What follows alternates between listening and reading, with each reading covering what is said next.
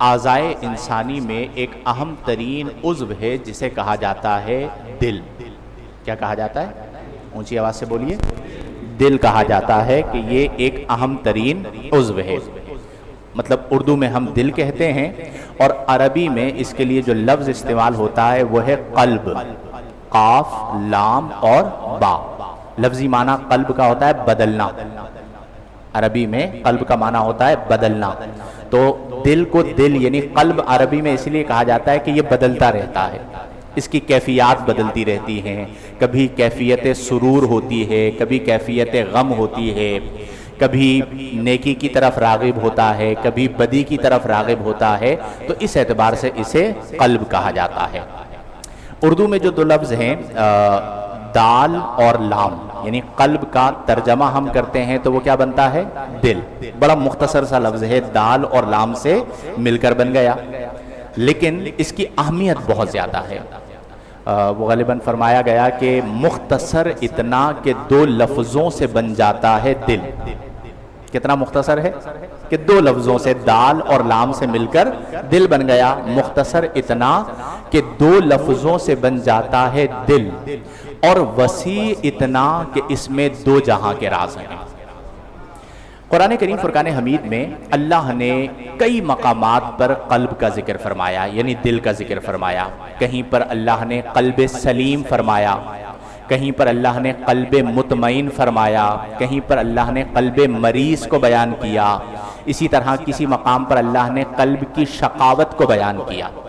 اب قیامت کے دن جو نجات ہے اس حوالے سے فرمایا گیا کہ یوم لا ینفع مال ولا بنون، کہ قیامت کا دن وہ دن ہے کہ جس دن نہ مال نفع دے گا نہ اولاد نفع دے گی. نہ مال نفع دے گا نہ اولاد نفع دے گی. تو اب قیامت کے دن نجات کون پائے گا؟ تو اللہ نے فرمایا الا من اتی اللہ بقلب سلیم، کہ قیامت کے دن نجات اس کو ملے گی جو اللہ کے حضور حاضر ہوگا قلب سلیم لے کر. کیا لے کر حاضر ہوگا؟ سلامتی والا دل، اچھا دل، نیک دل، جس دل کے اندر فسادات نہ ہوں. تو اس کا مطلب یہ ہوا کہ قیامت کے دن جو نجات کی بنیاد رکھی گئی ہے وہ بنیاد رکھا گیا ہے قلب سلیم کو. اب آپ احباب مجھے بتائیے کہ میں اور آپ ایک دوسرے کے دل کو دیکھ سکتے ہیں؟ بھئی آپ مجھے دیکھ رہے ہیں تو میرا چہرہ آپ کے سامنے ہے، میرا دل آپ کے سامنے.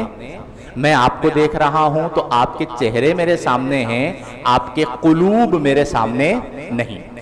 ہاں میں جانتا ہوں کہ میرا قلب کیا ہے، آپ سب جانتے ہیں کہ آپ کا قلب کیا ہے. اب ہمیں یہ حکم دیا گیا ہے کہ ہم سب نے اپنے اپنے قلوب پر غور کرنا ہے کہ کیا ہمارے دل ٹھیک ہیں، کیونکہ قیامت کے دن نجات اسی کو ملے گی جس کا دل ٹھیک ہوگا.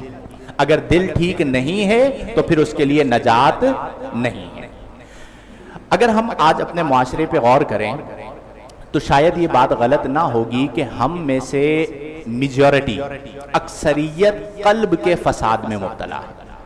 اس میں عوام بھی شامل ہیں اور اس میں خواص بھی شامل ہیں کہ کہیں نہ کہیں ہمارے دل میں قلب کا فساد کیا ہے. مثلا دل میں بغض کا پایا جانا، دل میں حسد کا پایا جانا، دل میں کینہ کا پایا جانا، دل میں ریاکاری کا پایا جانا، دل میں کبر کا پایا جانا، ٹھیک ہے، دل کے اندر برائی کا پایا جانا. یہ تمام چیزیں قلب کو خراب کرتی ہیں.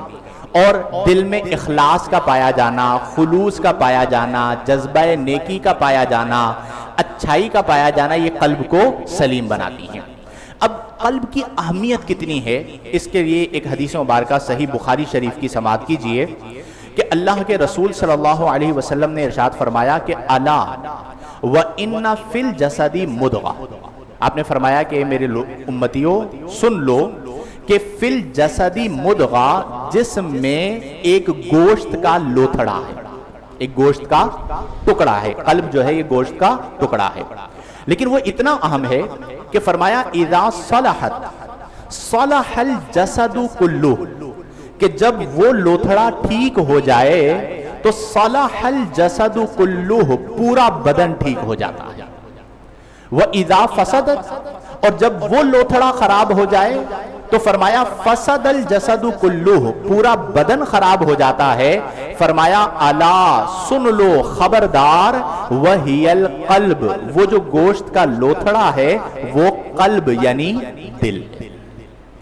دل کے بگاڑ ہی بگڑتا ہے آدمی، دل کے بگاڑ ہی بگڑتا ہے آدمی.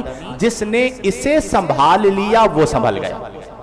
تو ہم سب سنبھلنا چاہتے ہیں. کون کون سنبھلنا چاہتا ہے بتائیے ذرا مجھے. ہم سبھی الحمدللہ یہاں پہ اسی لیے جمع ہوئے کہ ہم سنبھل جائیں.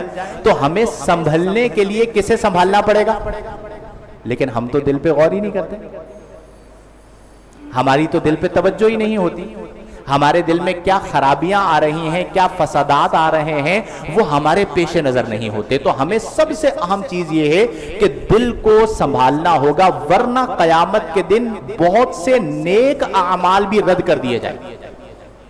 صحیح مسلم شریف کی ایک اور حدیث مبارکہ نبی کریم صلی اللہ علیہ وسلم نے فرمایا ان اللہ، بے شک اللہ، لا ينظر الى صورکم، اللہ تبارک و تعالی تمہارے چہروں کو نہیں دیکھتا.